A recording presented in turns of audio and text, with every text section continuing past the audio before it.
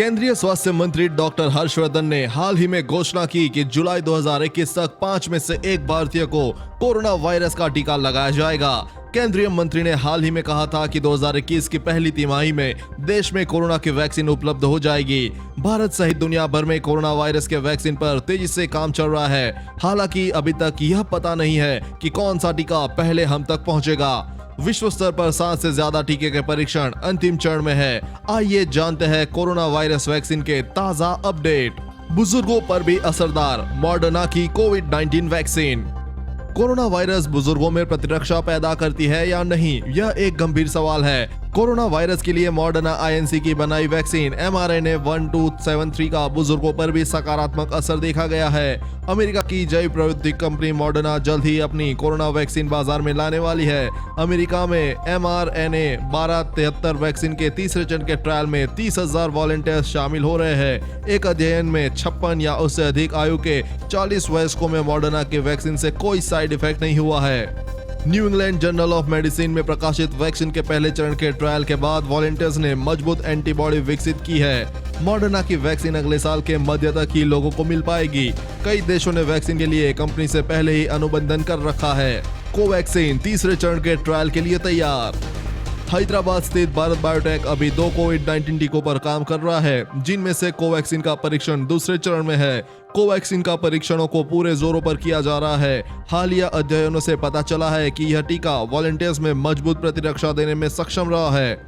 ICMR के साथ मिलकर भारत बायोटेक कोरोना के वैक्सीन को तैयार कर रहा है। यह वैक्सीन अपने तीसरे चरण के ट्रायल के लिए तैयार है। ऑक्सफोर्ड यूनिवर्सिटी की वैक्सीन। ऑक्सफोर्ड यूनिवर्सिटी की वैक्सीन प्रोजेक्ट में स्वीडन की फार्मा कंपनी एस्ट्राजेनेका भी शामिल है। इस वैक्सीन का तीसरे चरण का ट्रायल किया जा रहा है। नई जानकारी के अनुसार वैक्सीन की प्रतिरक्षा जल्द समाप्त होने वाली है। दिसंबर से लोगों के लिए शुरुआती खुराक उपलब्ध होंगे। हालांकि अगले 6 महीनों में सभी के लिए डोज उपलब्ध होंगे। ऑक्सफोर्ड यूनिवर्सिटी की रिसर्च टीम साल के आखिरी तक ब्रिटेन की नियामक संस्था medicine and health care products regulatory agency के पास रजिस्ट्रेशन के लिए आवेदन करेगी। भारत सहित कई देश इस टीके के लिए जोर लगा रहे हैं। इस वैक्सीन को भारत में कोविशील्ड के नाम से बेचा जाएगा। सीरम इंस्टीट्यूट ऑफ इंडिया के अनुमान के अनुसार इसकी एक खुराक की कीमत 250 रुपए हो सकती है। रूसी वैक्सीन के तीसरे फेज के क्लिनिकल ट्रायल की मंजूरी मांगी। रूस ने अगस्त में स्पुतनिक वी को पंजीकृत करके कोविड-19 वैक्सीन की दौड़ में पहला स्थान हासिल कर लिया है। हालांकि इस वैक्सीन को लेकर अफवाहें जोर पकड़ रही है। यदि सब कुछ ठीक रहा तो वैक्सीन की शुरुआती खुराकें जनवरी 2021 तक जनता के लिए उपलब्ध हो सकती है। स्पुतनिक वी वैक्सीन को मॉस्को स्थित गामलिया रिसर्च इंस्टीट्यूट के वैज्ञानिक और रूस के रक्षा मंत्रालय ने मिलकर बनाया है। रूस के सॉवरेन वेल्थ फंड ने भारत को कोरोना वैक्सीन की स्पुतनिक वी के 10 करोड़ डोज देने के लिए करार किया है। रशियन डायरेक्ट इन्वेस्टमेंट फंड ने भारत में सप्लाई के लिए दिग्गज कंपनी डॉक्टर रेड्डीज लैब से समझौता किया है।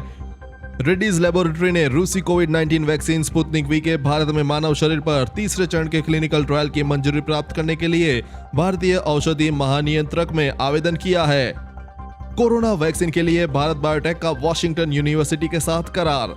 हैदराबाद स्थित भारत बायोटेक ने वॉशिंगटन यूनिवर्सिटी के स्कूल ऑफ मेडिसिन के साथ कोविड-19 की वैक्सीन नोवल चिम्प एडिनोवायरस के लिए एक लाइसेंस समझौते पर हस्ताक्षर किए हैं। भारत बायोटेक नाक के जरिए जाने वाले एडिनोवायरस वैक्सीन की 1 अरब खुराक तक का उत्पादन करने के लिए काम कर रहे हैं। देश में फिलहाल यह टीका पहले चरण के परीक्षण में है। इसके अलावा देश में Zydus Cadila health care limited और सीरम इंस्टीट्यूट पुणे की वैक्सीन का भी ट्रायल चल रहा है। इस खबर के बारे में अपने विचार नीचे कमेंट बॉक्स में लिखकर बताएं। वीडियो को लाइक और अपने दोस्तों के साथ शेयर करना ना भूलें। साथ ही कोरोना वैक्सीन से जुड़ी हर खबर सबसे पहले पाने के लिए चैनल को सब्सक्राइब कर लें।